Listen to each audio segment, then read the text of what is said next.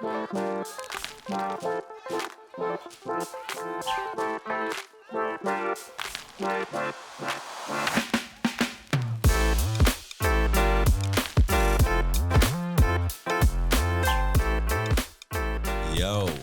welcome to All My Life, SPO's podcast, deep dives into lifelong discipleship. We're on the couch, hanging out again, back from trips to New Jersey, and really excited to be here. Emma, what is going on? How are you? Yeah, I feel like we haven't all been in the office together in a really long time because there's been so much traveling happening. Very long time. We were in New Jersey, and you were the producer queen of one of our big fundraising events. Late Night Live. Shout out to all the people who were there. You did an amazing job. Thank you. Stood in for our producer king, Connor Flanagan, who's normally there.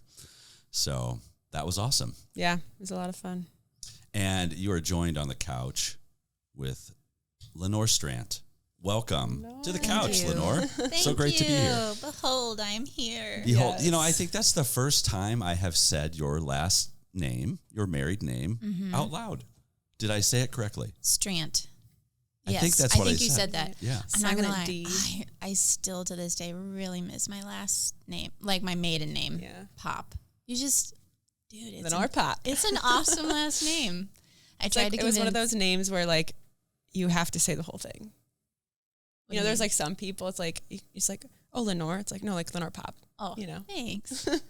We tried to convince my husband, or I tried to, and others tried to convince him to take my last name because Peter Pop has such a ring to it, and then Peter Pop the paramedic.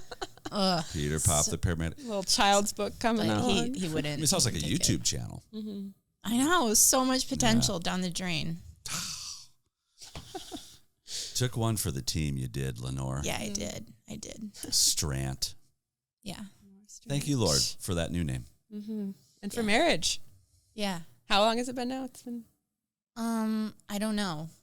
It's like August? 8 months, probably. Yeah. Something like that. August to April. You guys can do the math. You kind of stop counting, keeping track after 6 months. Or at least, the sparkle fades by that point in our marriage. I'm not quite there yet. Is that true? The sparkle has faded. People would ask me like, "Oh, how's marriage going?" I was like, "We're doing great. I think we're really ahead of the curve. We're already into resentment and bitterness. It's awesome." It is a funny question. People are like, "How's marriage going?" And you're like, we just had a fight last night, and it's just like, what do I share? Yeah, no, marriage is great. I love it. It is nothing like I pictured it to be in all the good ways. And yeah, I highly recommend it. I don't know. Am I allowed to say that? Yeah. If it's your vocation. Yes. But no, it's been great. So there's been a lot of transition in a very short amount of time, which I did not want, but the Lord sanctioned it. So got married, got pregnant, just bought a house and moved in 2 days ago. We moved into the house 2 days ago. It was a lot. So, and it's not even been a year. So cool. Yeah. I'm kind of like, if we could just stop transitioning for a chunk of time, I'd be okay with that. So I feel like I'm looking to Ryan because you have the most experience in marriage, but I feel like is there ever a point, the transition? I feel like it's just always. Oh, like where you finally settle in? Yeah. You're like, yeah, we're married. I almost forgot.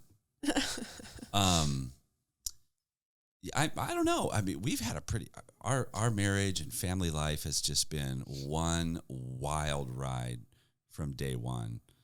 And our first few years were probably the most peaceful and sort of normal. Pre-kids, both worked 2 jobs. I guess that was only a year and a half. And then we sort of became Catholic missionaries and then foster and adoptive parents, and the rest is history. And then there was a ton of acceleration, but we didn't in our first year of marriage get pregnant, so that we spent 6, 7, almost 7 years of married life without kids. So that was unique, I guess. Yeah. And speaking of, there's kids galore on this couch. Yeah, Kids so galore. yeah, yes, We each have one now. baking, Baking. brewing, Yeah.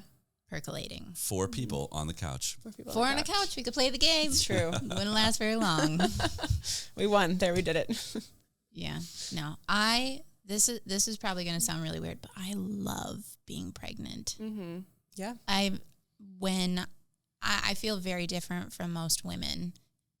Maybe it's not true, but I am used to other women loving babies, especially other people's babies, and that's never been a thing for me. I've never been naturally drawn to hold someone else's baby, or if they're like, hey, do you want to see a picture of my baby? I'll be like, I'll see one. I don't need to see 30, but I'll see one. But with pregnant women, I would just see a pregnant woman walking down the street. I'm like, she's so beautiful. And so I just think there is so much there in that of, there's so much confusion in the world right now. And there's something about the undeniable beauty of pregnancy, of a child in the womb, especially with the touching thing, like strangers wanting to touch your belly. Does that happen a lot? Well, it's starting to. Yeah. And I'm not afraid to grab the wrist and be like, Hello. let's think about this. No, thank you. But within that, I'm also thinking, like, what is happening in you right now, in the person who, like, what circumstances initiate that desire of, like, reaching out and touching, you know? That doesn't happen too often to an adult where you're like, oh, you know, like, but that's pretty profound if you think about it. I mean, what they're communicating is there is something that's a move towards, there's something precious here. I know it. We know it intuitively. Mm-hmm. And so much so that I want to reach out and it's not even what is that? Is that I'm so happy. I want to comfort. I want to just, I don't know. What is that move? That's an interesting question. Yeah. So I think that is, oddly enough, a sign of hope in today's culture of there is an instinctual piece of humanity that does recognize the beauty of unborn life to the point where it's, you know, like, it's beautiful, but I don't understand it, and I want to understand it, and I feel safe enough to explore it. Or even the protection thing, like, strangers treat me differently because I can kind of, like, just plow through the crowd, no problem. Like, make way for the pregnant lady, you know, and it's just, like, so beautiful to see respect for life in that way. And also just, it's I feel safe around strangers now because I'm like, people will respect this baby, so they will respect me. So maybe it's all in my head and everybody's just like, you know. So it's been an enjoyable experience so far. Yeah. Well, we're so excited to have you here. And you have been now working in SPO's, you're director of recruiting at SPO. You've been working for SPO for 9.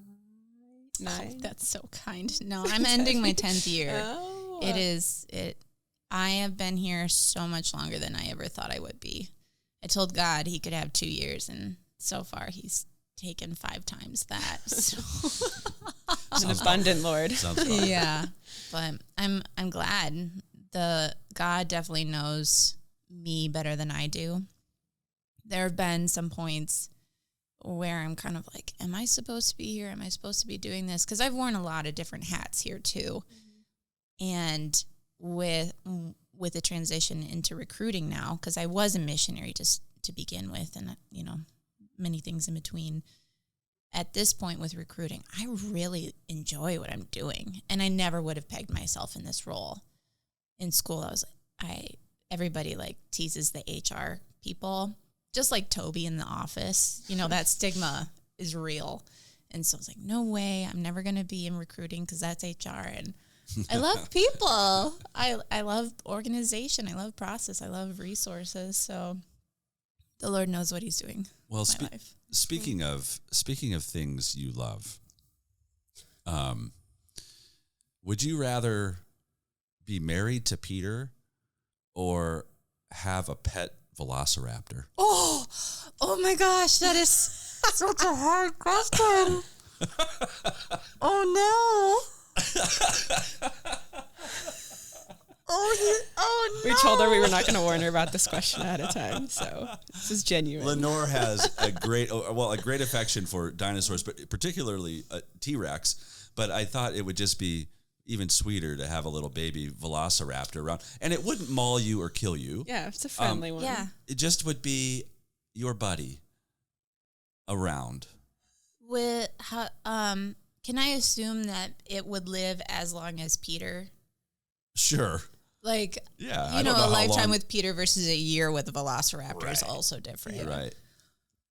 Ooh, I don't know. Wow. I feel so bad, but I'm kind of tempted to say I want the pet Velociraptor. What does that tell me? That tells me that you love She dinosaurs. loves dinosaurs Like so much. there's just a deep, deep affection in your heart. I want it, like, will it grow? I want an adult one. Oh, sure. Yeah. Because then I can ride it. There we go. Dude, they're so fast. They are so well. So Be maybe so nice, yeah.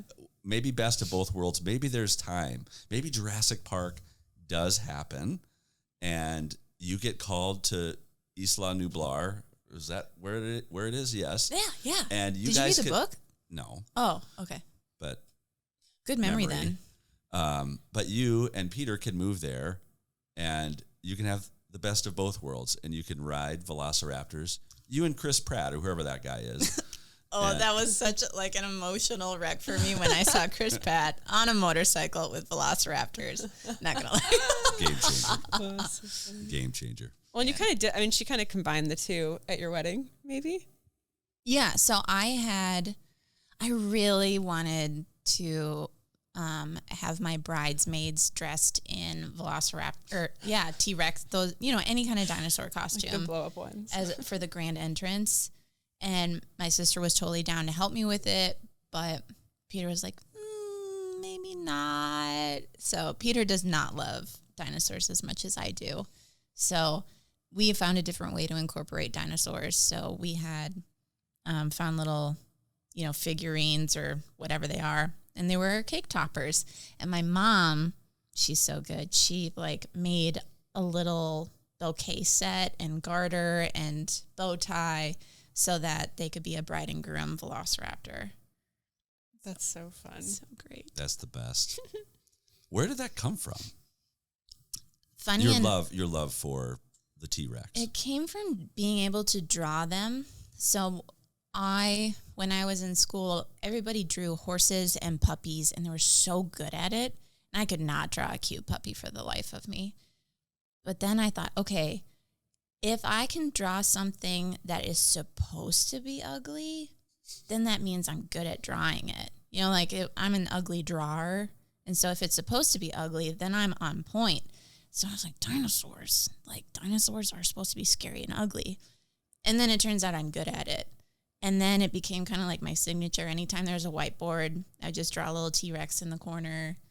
And it just grew from... And then the Jurassic Park and Jurassic World thing exploded. And so just went from there.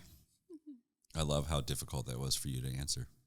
That is the best would you rather question I've ever had in my entire life. Good job. Nice. Oh, that's so... Well, on the track of Peter and marriage, so yeah, like we were talking about, you just got married recently, I just got married recently, and so kind of fresh off the dating scene.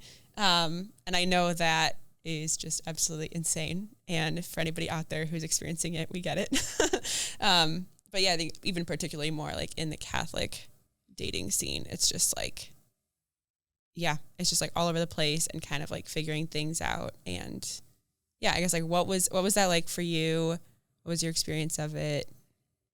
Even what was that like with the Lord, in that season too? Oh, tumultuous. That's probably the best one word description, but I would hazard that I tried almost everything when it comes to mediums. So online dating, what do you call it when they connect, when two people set you up? Blind dating, Mm-hmm. me trying to be a little more proactive or, assertive, vice versa, like dating Catholic, dating non-Catholic, but Christian, and also dating someone who has really never met the Lord at all. So I've definitely explored a lot of different avenues. I didn't get married till I was 30, so I had about a decade of experience in that area. It was also very challenging because when I joined SPO, I took a dating fast for that first year. And so it was really challenging to really trust the Lord in the sense of, Lord, I put my prime dating years on the altar for you to be on mission. And then this is how you pay me back, or this is how you reward me. Crickets. Yeah. And obviously that's not true and that's not the right attitude, but that was definitely something I battled with quite frequently. And then I think the number 30, turning 30 is like, it's just this, it's this taboo thing of like, okay, anything after 30 is your hope, decreases, it's quite significantly for a lot of different reasons. And so it's just like, if I don't get married by the time I'm 30, then I should just like accept the fact that I'm going to be single for the rest of my life, which isn't true. But that was for sure a struggle I had up until marriage. And it waxed and waned with having hope and not having hope. And I would say something that really helped me beyond the Lord himself is just other women who had faith that, assuming I was called to marriage, this is all assuming that's the vocation the Lord has for you. Just their faith of like, okay, Lenore, you're really struggling, but I truly believe that this will be fulfilled because the Lord has it planned for you and the Lord desires good things for you. So that their faith and their hope really carried me through in some of those tough times too. What was your predominant emotion, or what were some of your predominant emotions during that season? During the hard seasons? Yeah. Of like, Lord, I desire this. I think you're calling me to this. It's not happening. I think it was,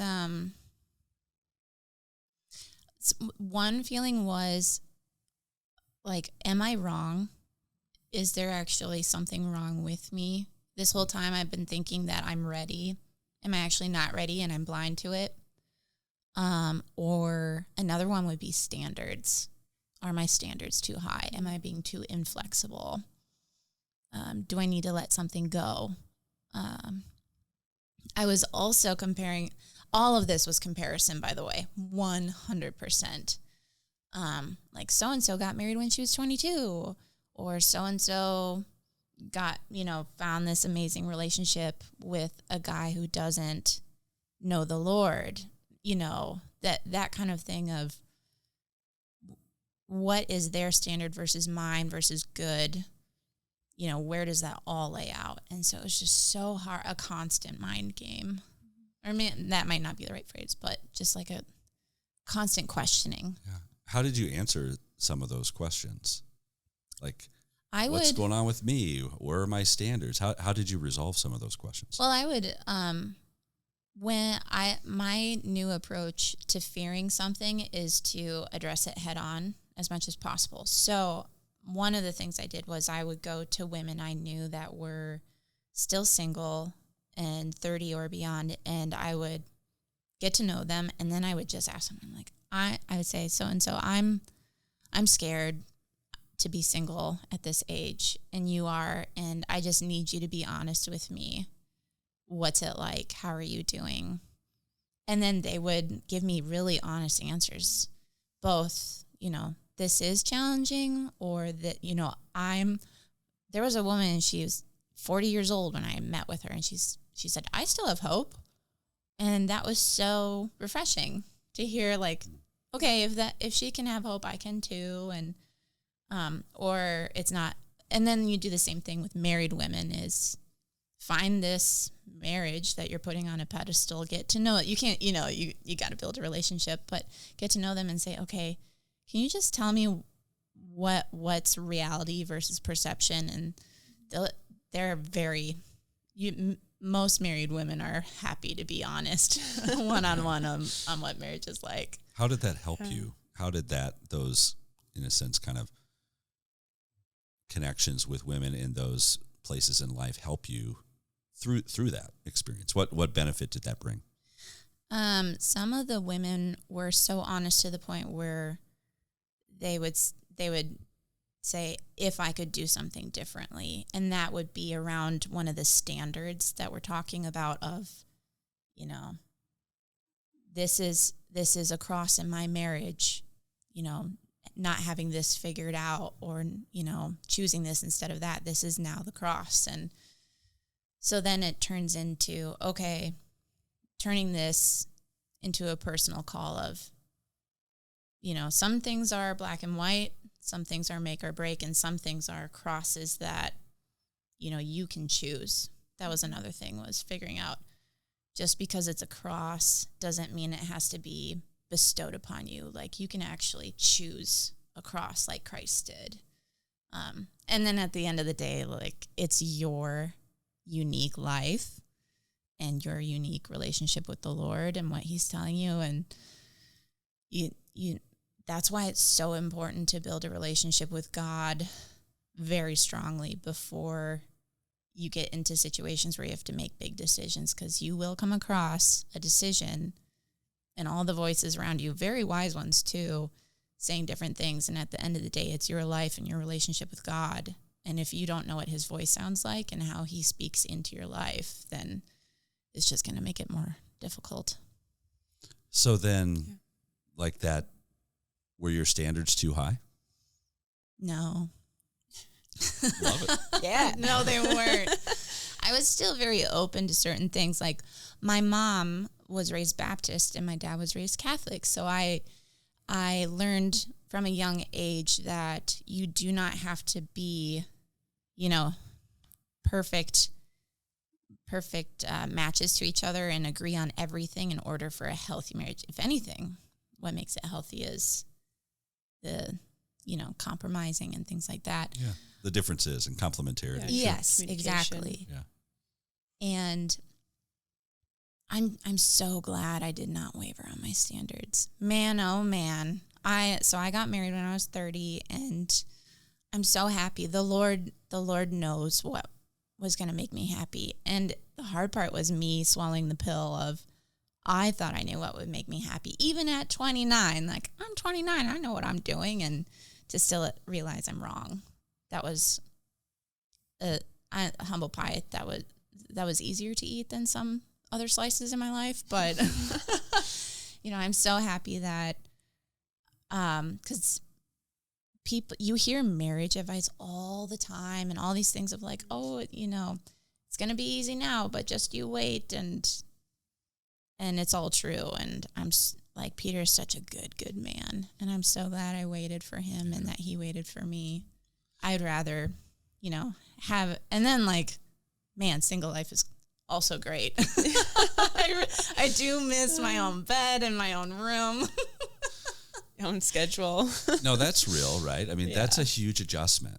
The later you get married, the longer you've had kind of as a single person, and particularly as a single adult. I don't really count maybe those first 18 years as part of your single life, because you're not totally on your own. But if you do live a long kind of period on your own, that adjustment to marriage oftentimes is more difficult. I'm curious, like, what that transition was like. What has been particularly hard about moving from kind of single life to married life? What has been a hard adjustment? Some hard things would be, I think this might be more of a case for women than men, but just your social units. Once you get married, your pattern of life is adjusted, and it doesn't quite match your single pattern, and so then it doesn't match your friends who are single and their pattern of life. And Peter and I are kind of in this middle spot with our peers where either our friends are single or our friends are married with 3 kids. And that's a totally different pattern of life than we're at. So we're just kind of like in this limbo of, you know, how do we build a good community and social life around people who have different bedtimes, you know, and have different responsibilities in their life, or, you know, like I'm pregnant. I can't go out.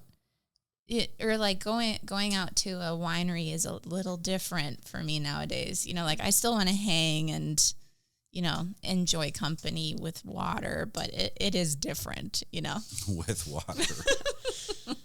Come, Lord, bless that water. But otherwise, like because Peter and I were so established in certain other patterns of our life that matched up well, like marriage has been a breeze in that sense. Like, you know, we both know how to be adults and being adults together. But I really do miss my sisters. Like, not blood. I miss Amber too. But living with 3 or 4 other women the past 5 years, oh my gosh, I miss it. Like, I really, really do. It was so fun. And just the fact that, like, I love Peter. God bless Peter, man of my life. But there are some things where I just come home from a hard day and my sisters know exactly what to say, because women know women's hearts. Mm-hmm. And it's a different response from Peter, still good. But there's a part of me that just like longs for another woman to tend to me sometimes. It's beautiful. I mean, thanks for being so honest about kind of what that transition has looked like. As you look back, I'm going to switch gears just a little bit. Apart from this season right now, because I'm guessing this is a pretty rich season in your life, early marriage, pregnancy, you love being pregnant. That's beautiful. Mm-hmm. Looking back though, over the previous kind of 10 years, maybe even earlier that, even your whole life up to this point, what has been the season of your life that you found and experienced the most joy? I don't know if this is kind of what you were anticipating, but finding out that I got pregnant was a huge moment of joy. And the reason that was super joyful is because there is legitimate concern in my life for my fertility, to being able to getting pregnant. That was even brought into dating and engagement of, hey, I want to be upfront with you. I don't know if this is a possibility.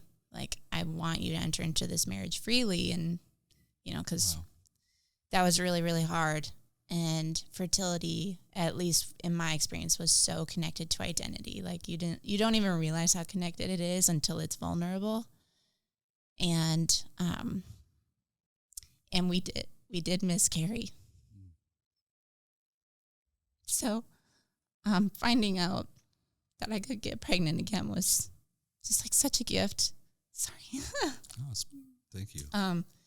Peter and I are in a good place with that experience, but just the joy of even that first child, you know, it was very beautiful. It was also like a very humbling gift from the Lord that he would trust us with that he would, you know, because he knew. Sorry. Yeah. That's,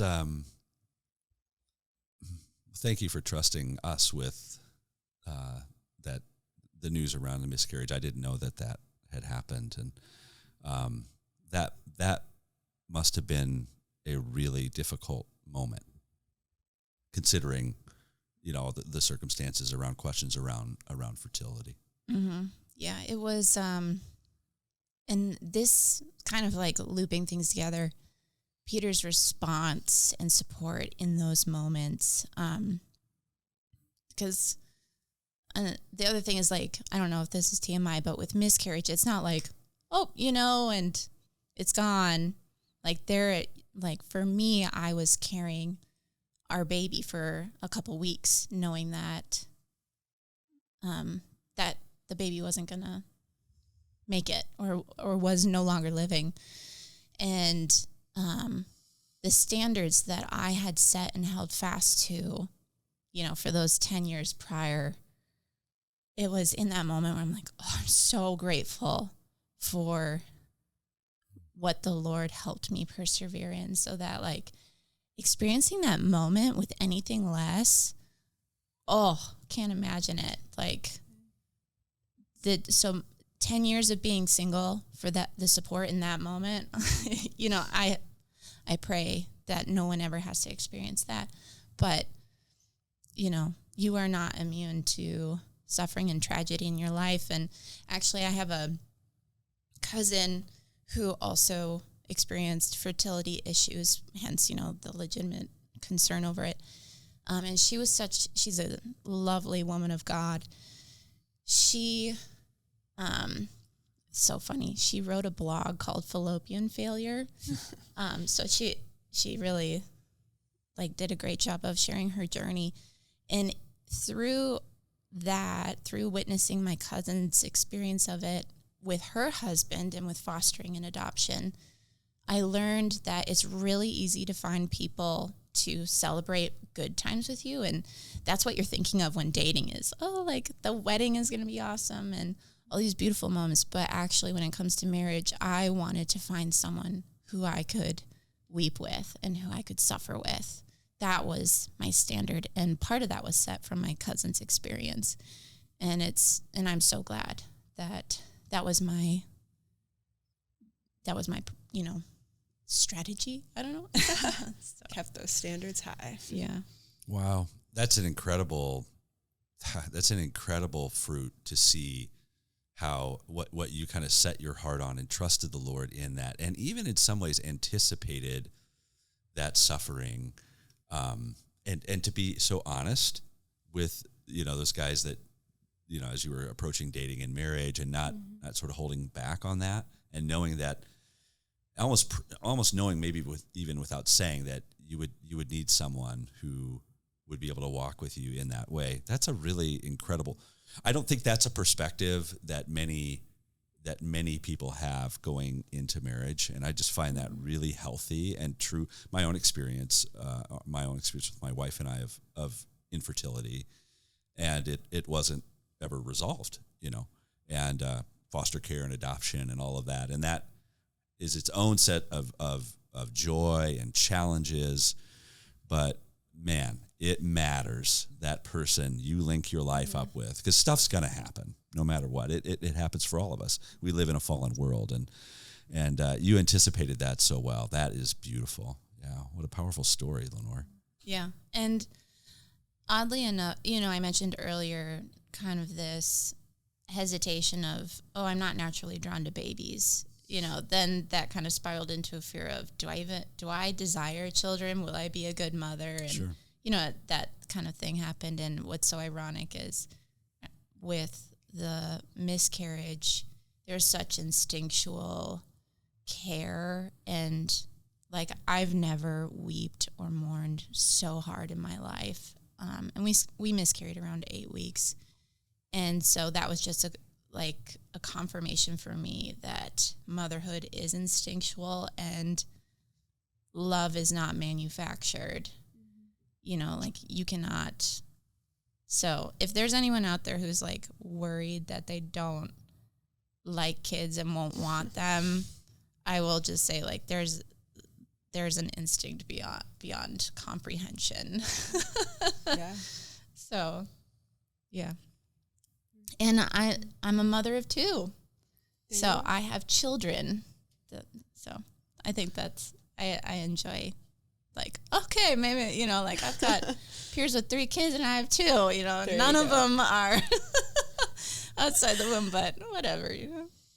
That's beautiful. Well, what an incredible witness, Lenore. Thank you so much for joining us on the couch and sharing so honestly and humbly about what your experience has been. And it's a powerful, powerful witness. Thanks so much. Yeah. And where can we find All My Life? Emma, where are we at? We are video on YouTube. What's up? Or you can just listen on Spotify, Apple. Or Overcast. Overcast. Apple Podcasts, all the podcast places. Give us 5-star ratings. That's what we need. We need a 5-star rating. Subscribe. We need a written review. Subscribe to this sucker. Let us know you're listening. Yeah. It's fun. We need to hear, like, what's going on. Love to hear from you. Awesome. We'll catch you guys next time. Thanks so much, Lenore. Thanks, guys.